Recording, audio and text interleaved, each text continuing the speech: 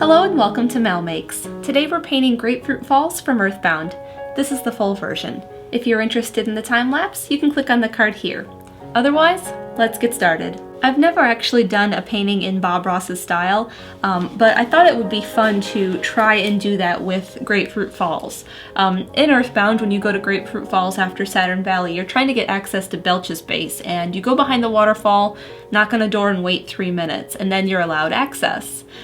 So I thought I would try and do this in Bob Ross's style where you can still kind of walk here behind the waterfall, bring in different elements of that area, like there's a rock that kind of splits up the waterfall, and then there's like a mini one over here. So I thought I would bring some of those things to the painting. And I've watched a few videos that he's done with waterfalls to kind of get an idea of his techniques and just kind of how he approaches the different elements of a landscape painting.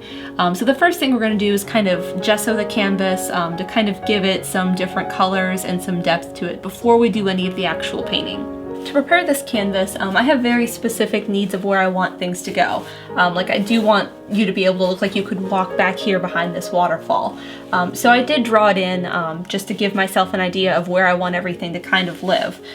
So in order to prepare this, I have a paper towel and I'm just going to kind of dab it into a little bit of black gesso. And I'm going to fill in the waterfall solid, and I'm going to fill in kind of everywhere else around it just to give you an idea of where things are going to kind of be.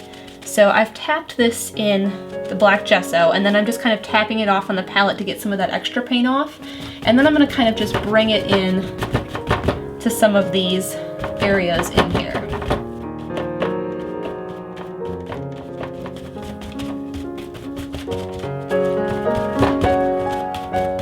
The waterfall itself, I'm just going to grab a brush and drag it right out from where it is in the painting, and then just bring it down and fill it in solid. The hardest part about painting Bob Ross style, which is wet and wet with acrylic, is that acrylic dries really fast. Like this gesso was dry not long after I painted it. With oil, they stay wet for a long time, sometimes even months, depending on how thickly you paint. So I need to kind of think about that as I'm painting. Now, where Bob Ross, from this point forward, he would probably cover this in a liquid clear and then do some phthalo blue and phthalo green in that clear to kind of make a transparent phthalo.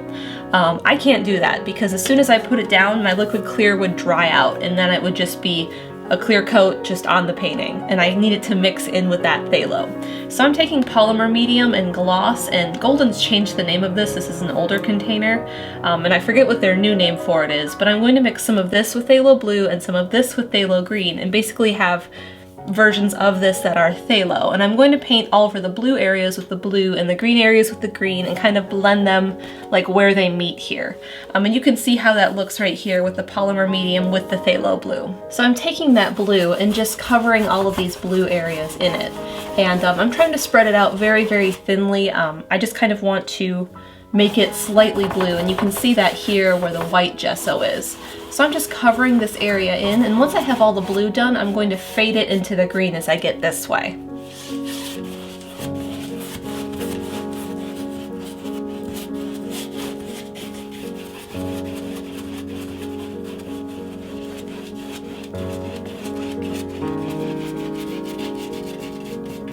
Next, I want to bring a little bit of glow into here, and in order to do that, what Bob Ross does is he takes some titanium white with a liquid clear and kind of just paints it over the top and fades it back into the trees on the left and the right side. But because this is acrylic and it's already dry, I have to do the liquid clear trick like I did with the green and the blue. So I have some of the polymer medium, I have some zinc white instead of titanium because zinc is a bit more transparent, but I also have some titanium in case I want it to be more white kind of in the center here. So I'm just using a 2-inch brush, and this is actually his brand. I thought I would try it out and see how they were. And I'm going to start with the liquid clear and the zinc white because I can always build with acrylics and keep adding more and more of the zinc white, more and more of the titanium white, but I can't really subtract and take things away. So I need to start with the thing that's most transparent and work towards opaque.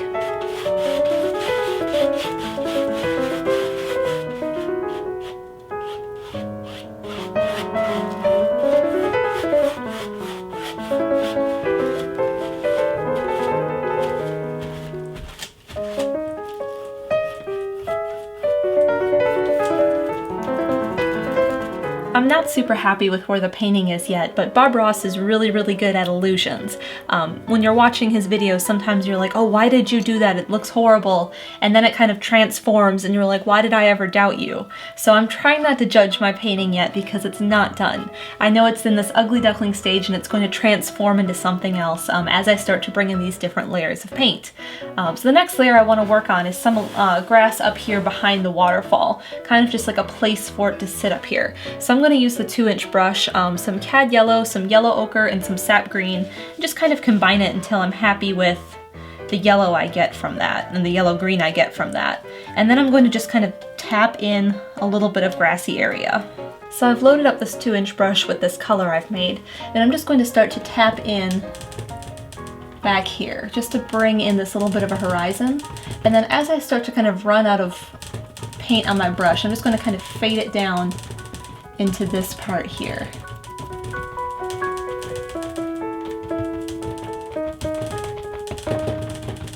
Immediately I'm noticing that I'm not getting any depth, it's just solid green. So I've added a little bit of carbon black to my paint just to make it a darker green, and I'm just going to kind of re-tap all of this in with this color, and then I'll build some of those highlights on top. This is all marked in, so now I'm just going to kind of mix up that lighter color I had first and just kind of add some of those highlights in on this grass.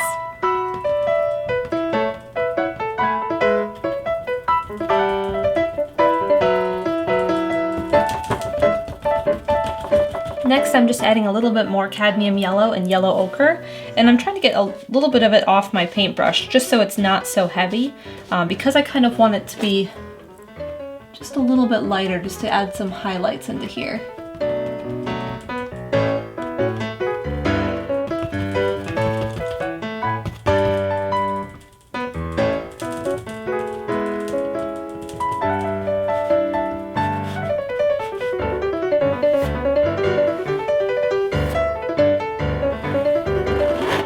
The next step is to put in the waterfall, so I'm just using a fan brush for that, and I'm going to take some titanium white with just a little bit of phthalo blue. Then I'm just going to come out from back here where this kind of starts to flow, and take it straight across and then drop it straight down.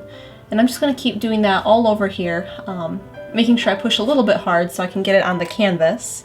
And I'm just going to fill in the whole waterfall that way, coming all the way out here and then dropping it down.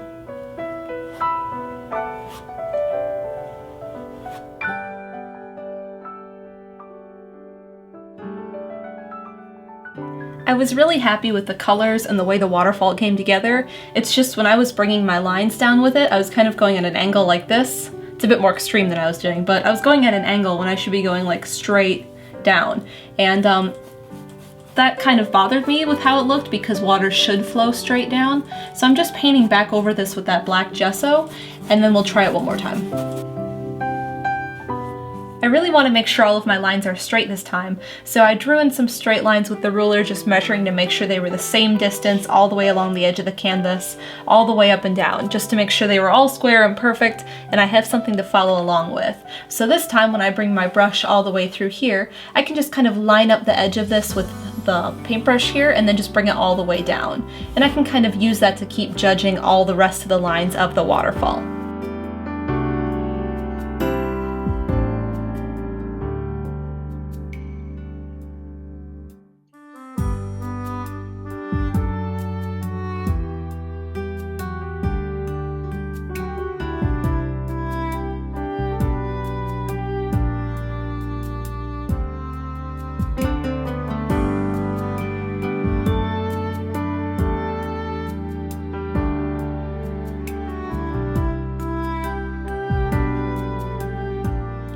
I had used those colors to block in the back part of this rock here. Now I added some titanium white and some yellow ochre to that same color just to lighten it up, and I'm going to use that as the highlight for all of this part of the rock. So I'm just going to add a little bit more in my knife and kind of just go along these same edges just for the top parts here, and then maybe pull just a little bit of that down to kind of give it some depth and some texture.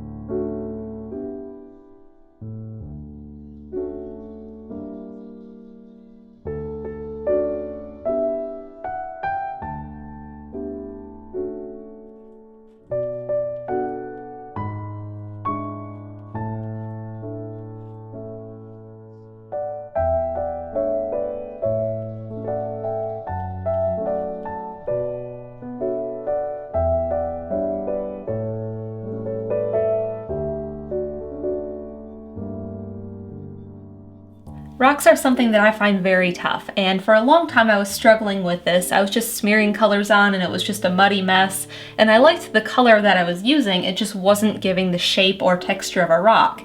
And finally I started to get this rock in right here and I really liked it. And then I started to try and bring some of the same qualities of this shape into different parts of the rock face, and it started to come together and I like how it turned out. I think these are some of the best rocks I've ever done. And the next thing I want to do with them is I'm going to bring a little bit of the waterfall over this one and then just a little bit here to kind of hide this edge. But in the meantime I want to start to get some of the grass in. I filled it in with that carbon black just to kind of hide any of this showing through because it's going to be so green like this was up here. So I'm just going to do the same thing that I did up here with the grass, down here on this flat plane, a little bit over here, and then just a little bit across the top of this rock.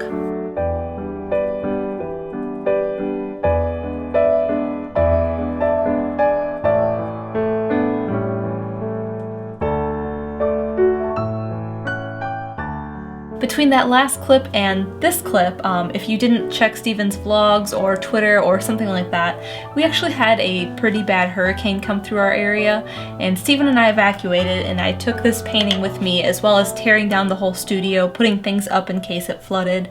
So that's why the shot might look a little bit different from the last one, but the painting came all the way with me to Atlanta and then all the way back home, and as you can see it's just fine. It made the trip really well. I had gotten this far and I didn't want to lose what I had. I was really proud of how much I worked on it and how good it looked, so I didn't want to lose anything. So I took it with me.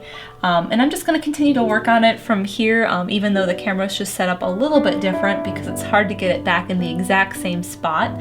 But my next step is to continue working on this grass. So just like I did up here, I'm going to mix up some of those lighter colors with some more cadmium yellow, some more yellow ochre, just to lighten this green that I had. And I'm going to add some highlights, a lot along these edges here, and then just going back a little bit. I want to keep it a bit darker underneath the waterfall here and then tucked away in these rocks here.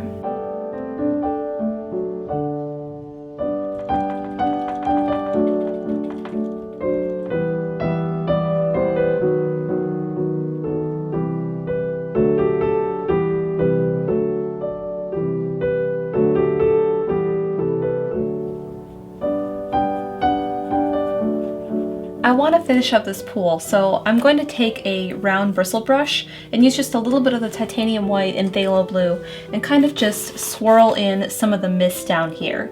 And then I'm going to switch to my fan brush and kind of just bring some of the highlights and the reflections on the water and using the fan brush on its side.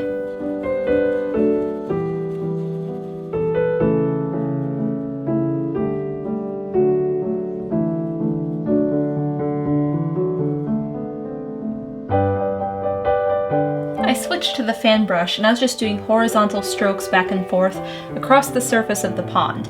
And I like how it looks. It's just this extra bit of waterfall showing underneath here that's kind of showing through, and I don't like how that looks. So I'm just going to take some more of the black gesso and just kind of tap in to kind of get rid of some of those lines.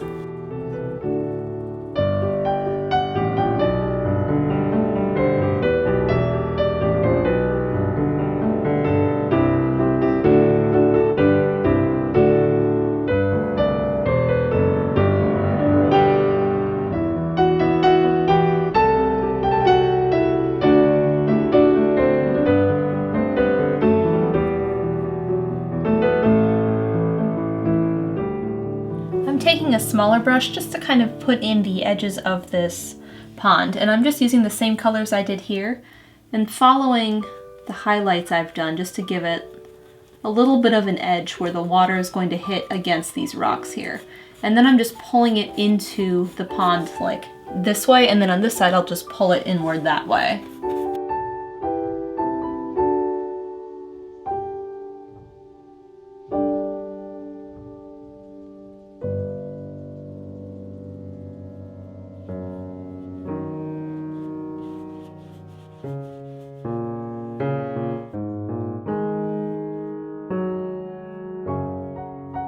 I had done all the highlights for the water and I thought it was just too much. Everything is kind of dark down in here and it was just too bright for it. So I brought in some more phthalo blue with a little bit of burnt umber just to kind of tone it down and make it not so bright.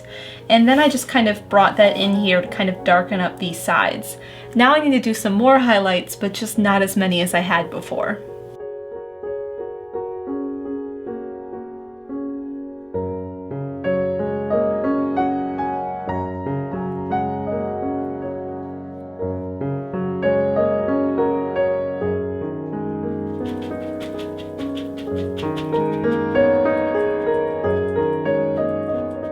I'm filling in some trees back here, and I'm using the 2-inch brush with some alizarin crimson, sap green, and then just a little Mars black to kind of darken it a little bit. And I'm just using the corner of the brush to kind of tap in, and I'm rotating it kind of on each side of the tree. So like I had drawn in my chalk line here, and I'm just kind of going out from there to kind of build this tree in here. Just filling in this whole area with this dark color, and then I'm going to separate kind of these two trees with the highlight later, so I'm not worried about them. I'm also going to kind of tip my canvas up and just fill in the tops of it here where the tree is going to overlap on top of the canvas.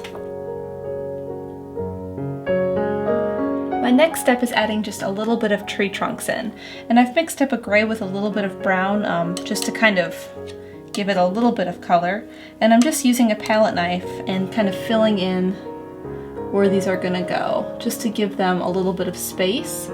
And they're gonna kind of get covered over by leaves, so they don't have to be perfect, but they're just kind of giving me an idea where the center of each of these trees are.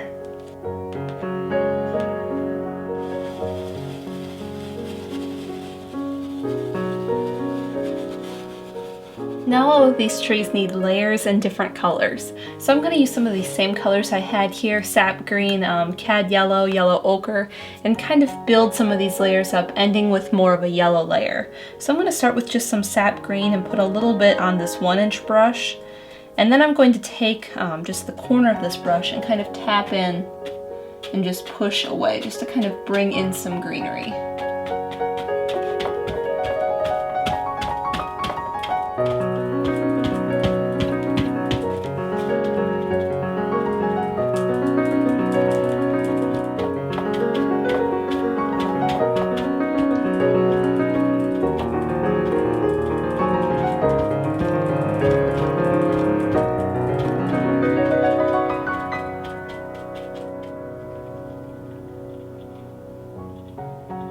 And we're done! We have Grapefruit Falls from Earthbound. If you're interested in this piece, you could buy a poster or a phone case, or bid on this original canvas. There's links down below. Also, consider supporting me on Patreon. You can find out more at supportmal.com. Thank you so much for watching. Don't forget to subscribe so you don't miss future episodes of MalMakes, and I'll see you again here for another video game painting.